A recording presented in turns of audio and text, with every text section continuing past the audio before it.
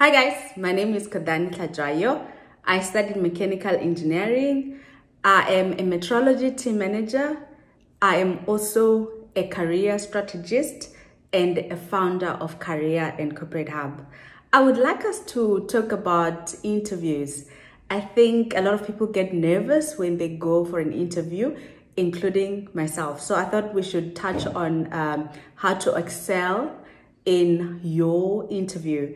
So if you follow these 4 tips, I am sure that you are gonna get a job when you go for an interview. So if you feel like you are alone when it comes to nerves, or you get nervous when you go for an interview, trust me, you are not alone. A lot of us also experience the same feeling, including the interviewers. I'm saying this because I sometimes do interviews as well, and I do get nervous when I have to introduce myself.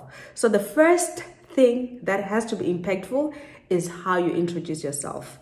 Most questions, or interview questions rather, are similar, and they'll ask you, tell us about yourself. So when you have to introduce yourself, you have to think of something that you could relate it to the job that you're interviewing for. For an example, obviously you will say your name, where you come from, and you can also include, like for myself, I talk about being raised with 5 other siblings. So in total we are 6. So I would say I have 6 siblings, which taught me to deal with different characters. So I would say this in maybe a job where I have to work with a team to show that I can be a team player and I can also be a team leader. So that's how you can basically incorporate some of the qualities that would relate your upbringing with the job that you're applying for.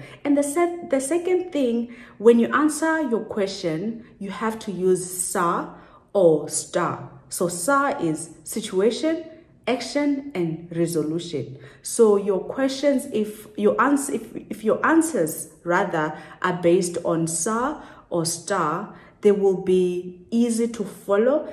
And when you're using examples through SAR or STAR, it will be easy to also understand your work experience for the interviewers. So STAR is situation, action, task, and resolution or results. So if you are answering questions and you hear interviewers asking, what was the results? Or what was the situation? That means that they're not following the way you are answering the questions. So if you answer your questions like that, you are definitely going to be successful in your interview. So it's quite important that when you're preparing for your interview, look at examples from your past experiences. Practice those examples. A lot of questions are the same for interviews. If you go to the internet and type in interview questions, I'm sure you're gonna get a question on conflict resolution, you're gonna get a question on teamwork, you're gonna get a question on team leading. So a lot of questions are very much similar, and from your answering, you would like to then demonstrate how you have executed your previous work or a task. So that's quite important. And the third one, with you explaining your answers with STAR or SAR, you can also show, like, give an example of a project that you have implemented, a project that you have led, which also shows that you are able to lead projects. I mean, in every work environment, you want to, like, interviewers want to see that when you come, you can be able to lead different projects. If there are changes that have to be made, you can be the leader of a project, of maybe implementing a change of the department that you're going to be part of. Within the example of the project that you have done, please also include an action plan, how you define the roles and responsibilities, as well as the project scope, because you want to make the interviewer understand that you know how to run a project. Avoid using, we did this project this way. You should always try to say, I to show how you played a role within that project. If you are giving an example of a project where you want to demonstrate that you are a team player, you can also incorporate we, however, also put I most, so that they can see that you can run a project by yourself with the team, not that you're relying on the team to do all the work. So it's quite important how you really give your examples and how you show that you are the one that was in the forefront, so that the interviewers can really, you know, trust your answers, and also trust that you will be able to do the job that you are getting interviewed for.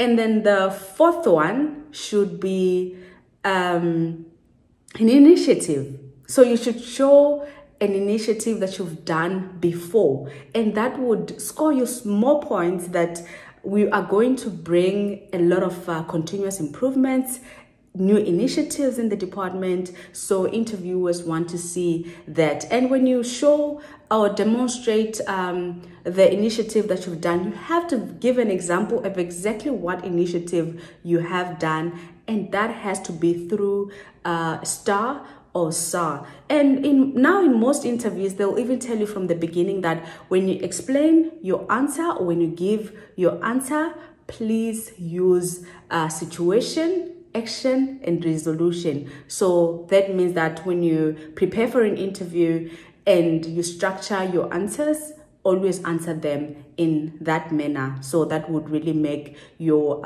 interview to be successful. So those are simple ways to follow to answer your interviews.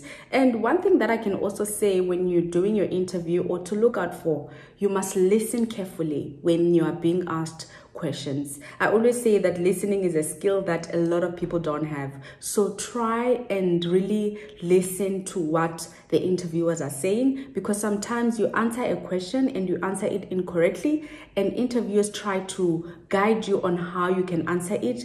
But if you do not listen to their guidance or listen to the tips that they're trying to give you, that maybe you're not answering correctly. So that's why you also should look at their facial expressions. How are they reacting when you're answering the questions? I know it can be disturbing, but sometimes it can give you an indication that maybe the way you're answering your questions is not correct. And you can think of restructuring, and that can happen during the interview. For an example, if they ask you a question and you feel like you don't have an answer directly when they're asking that question, ask them to elaborate their question, or ask them to repeat the question. So although you understood the question, when they are asking that question again, you should be thinking of an answer. So that's why it's quite important that you prepare your questions, or you prepare rather your answers. However, I always advise that when you prepare your answers, please do not link them to like the questions that you have anticipated that they will ask you. Because I know a lot of people go into an interview with if they ask me a question on conflict resolution, I'm gonna answer this, I'm gonna give them this answer. So sometimes they would ask it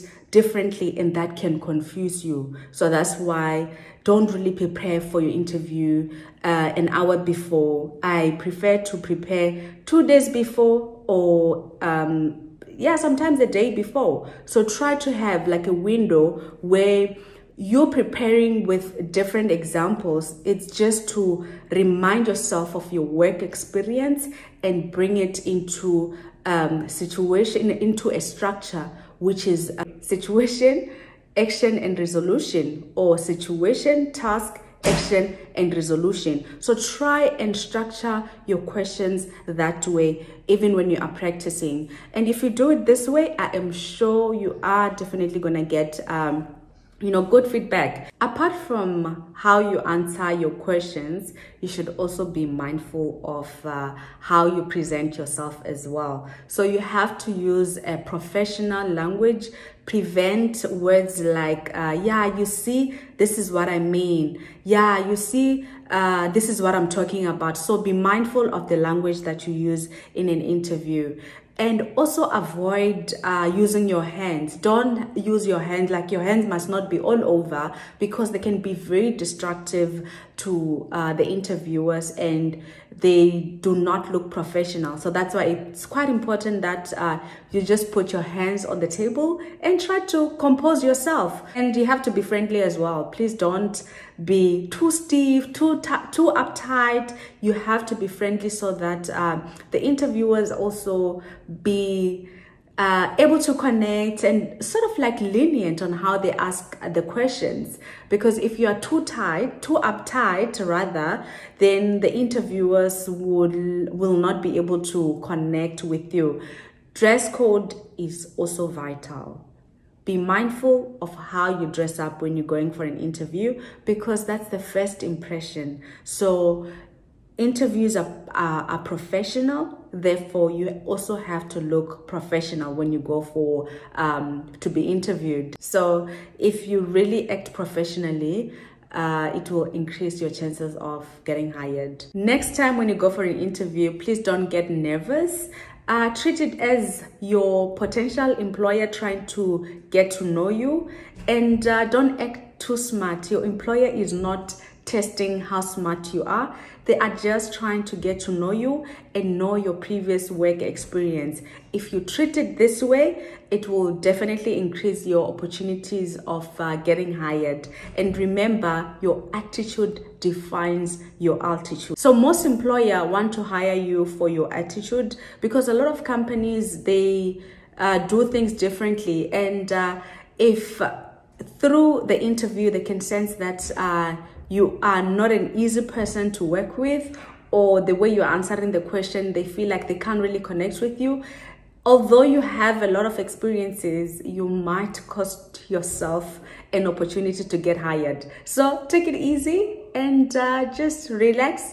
You will definitely make it if you treat an interview this way. So I can't wait to engage with you on social media. I do offer support on interview preparations, as well as some people want to role play, so I do offer that as well. So thank you so much for listening. Chat again next week. Please don't forget to follow me on my social media networks, on LinkedIn at Kodani Hlatshwayo, on Instagram at Kodani_H, and on TikTok at Career and Corporate Hub, where I share a lot of tips on how to excel in your interview. So thank you so much. Bye bye.